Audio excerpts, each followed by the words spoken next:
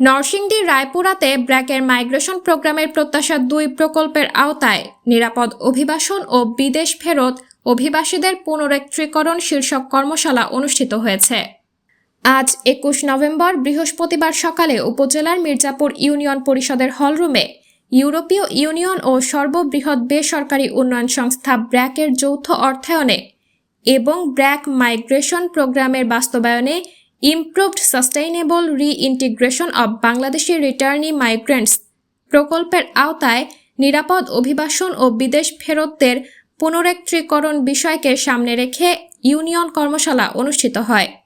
Mirzapur union পরিষদের chairman Mohammad রঞ্জুর এলাহির সভাপতিত্বে ও BRAC migration programme organiser Fatema Akter নুপুরের সঞ্চালনায় উপস্থিত ছিলেন মির্জাপুর ইউনিয়ন পরিষদের প্রশাসনিক কর্মকর্তা সজল চন্দ্র বর্মন।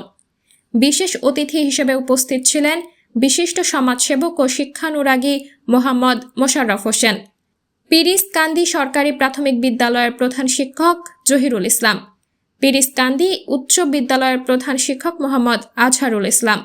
উপসহকারী কৃষি অফিসার রুয়াইদা আক্তার মুক্তা, পিরিজকান্দি বাজার পরিচালনা কমিটির সাধারণ সম্পাদক মোহাম্মদ নজরুল ইসলাম মিন্টু,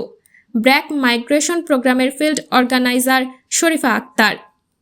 ব্র্যাক সাপোর্ট এন্টারপ্রাইজের আলমগীর পাঠান, রায়পুরা উপজেলা পেশাজীবী মোহাম্মদ শহীদুল্লাহ,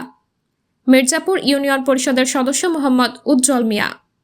মোশাররফ হোসেন দুলাল সিংহ আঙুর মিয়া সহ অভিবাসী পরিবারের সদস্য, সুশীল সমাজের প্রতিনিধি সহ প্রমুখ। সাবরিনা জলিল, সবার কথা।